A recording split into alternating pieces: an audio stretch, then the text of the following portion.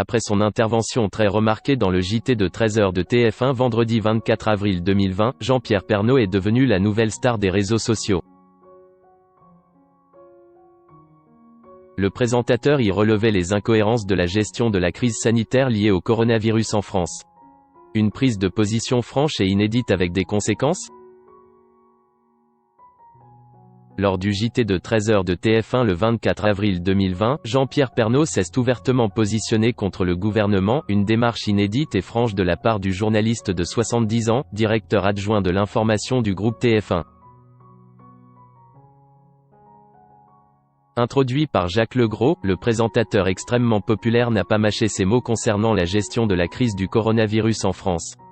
Suite à sa première sortie en ville depuis le début du confinement, il a expliqué. Dans une ville à côté de chez moi, un monde fou sur les trottoirs, des adultes, des enfants qui jouent, plein de monde, sans masque et sans contrôle.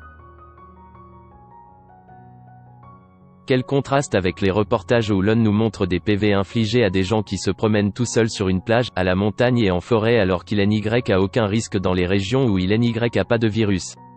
Tout cela paraît incohérent. Tout cela donne un peu le tournis.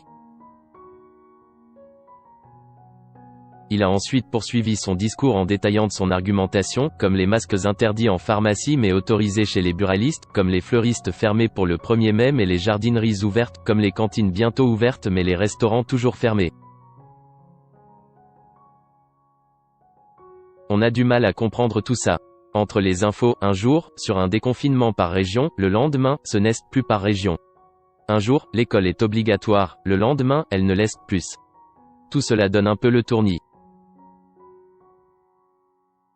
Suite à ce passage, des milliers d'internautes ont réagi à ce JT pas comme les autres.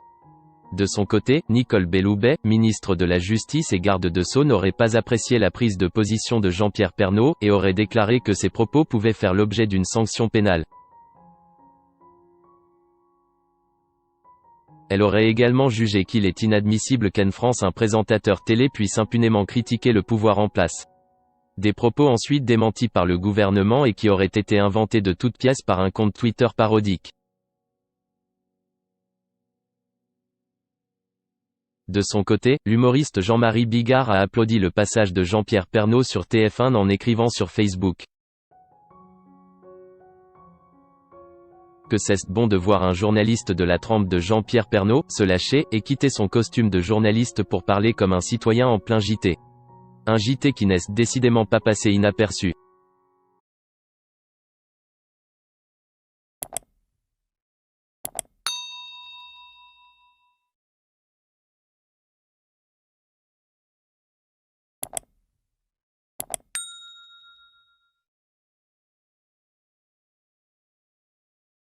Xin chào mừng quý vị và các bạn đến với kênh tin tức VTV Online của chúng tôi.